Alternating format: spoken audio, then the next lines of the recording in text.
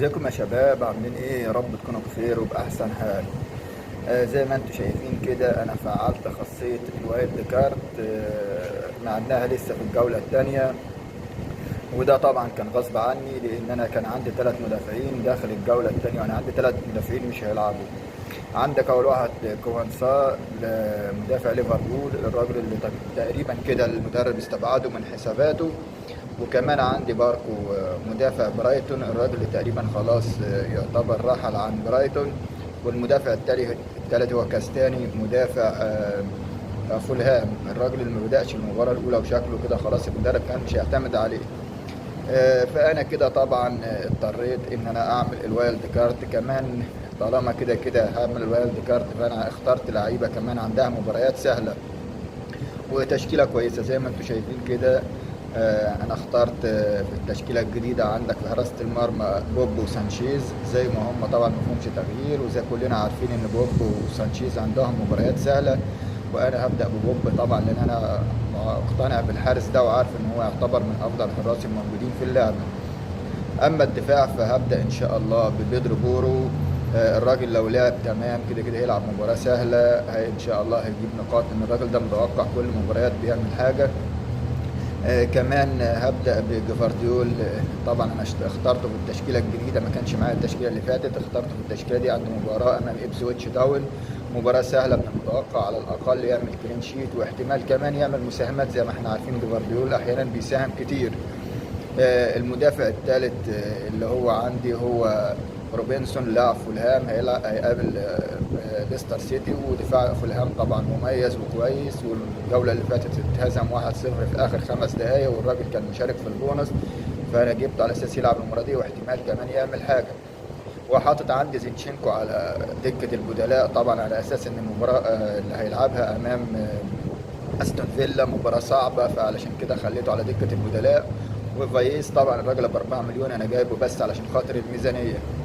اما في خط الوسط طبعا فكان عندي صلاح وجودة، الاثنين عندهم هيلعبوا برنتفورد فريق غلس وصعب بصراحة. بعت صلاح وجوتا، واللي عندهم مباراة إلى حد ما صعبة شوية، وجبت مكانهم سون اللي هيلاعب ليستر سيتي اللي ما عندوش أي دفاع خالص، وجبت معاه طبعا دي بروين. فأنا شايف دي بروين وسون في الجولة دي عندهم مباريات سهلة. دي بروين هيلاعب إبسويتش تاون، سون هيلاعب طبعا إيفرتون اللي ما فيش عندها أي دفاع خالص، أغلب المدافعين غايبين. فدي تعتبر نقطة كويسة. أنا معاكم إن ممكن صلاح وجوده يعملوا، بس طبعا دي حاجة مش مضمونة، أنا بحاول ألعب على المضمون شوية، إن جبت دي بروين مع سون أضمن شوية. كمان عندي كولوزوفسكي، الراجل اللي كنت ابيعه الجوله دي، بس بعد اصابه سولانكي خلاص الراجل طبعا 90% هيلعب راس حرب اساسي. فسولان سون وكولوزوفسكي من فريق توتنهام، طبعا ان شاء الله يعملوا حاجه، متوقع يعملوا حاجه المباراه دي. وعندك دي بروين وهالاند اخترتهم من فريق طبعا مانشستر سيتي، طبعا مباراة سهلة. وجود هالاند ومعاه دي بروين احتمال كمان كبير كده يعملوا حاجة في المباراة دي كمان هم التانيين. واخترت روجرز، الراجل اللي هو بتاع استون فيلا، على اساس نخليه على دكة البدلاء عشان عنده مباراة صعبة المباراة دي، وان شاء الله في المباريات اللي بعد كده هتبقى مباريات سهلة ابدا العابه. واخترت كمان في خط النص سميث روي، الراجل المتألق الكويس المميز. ما عملش حاجه المباراه اللي فاتت، بس المباراه اللي جايه دي سهله على ارضه، هيلاعب ليستر سيتي.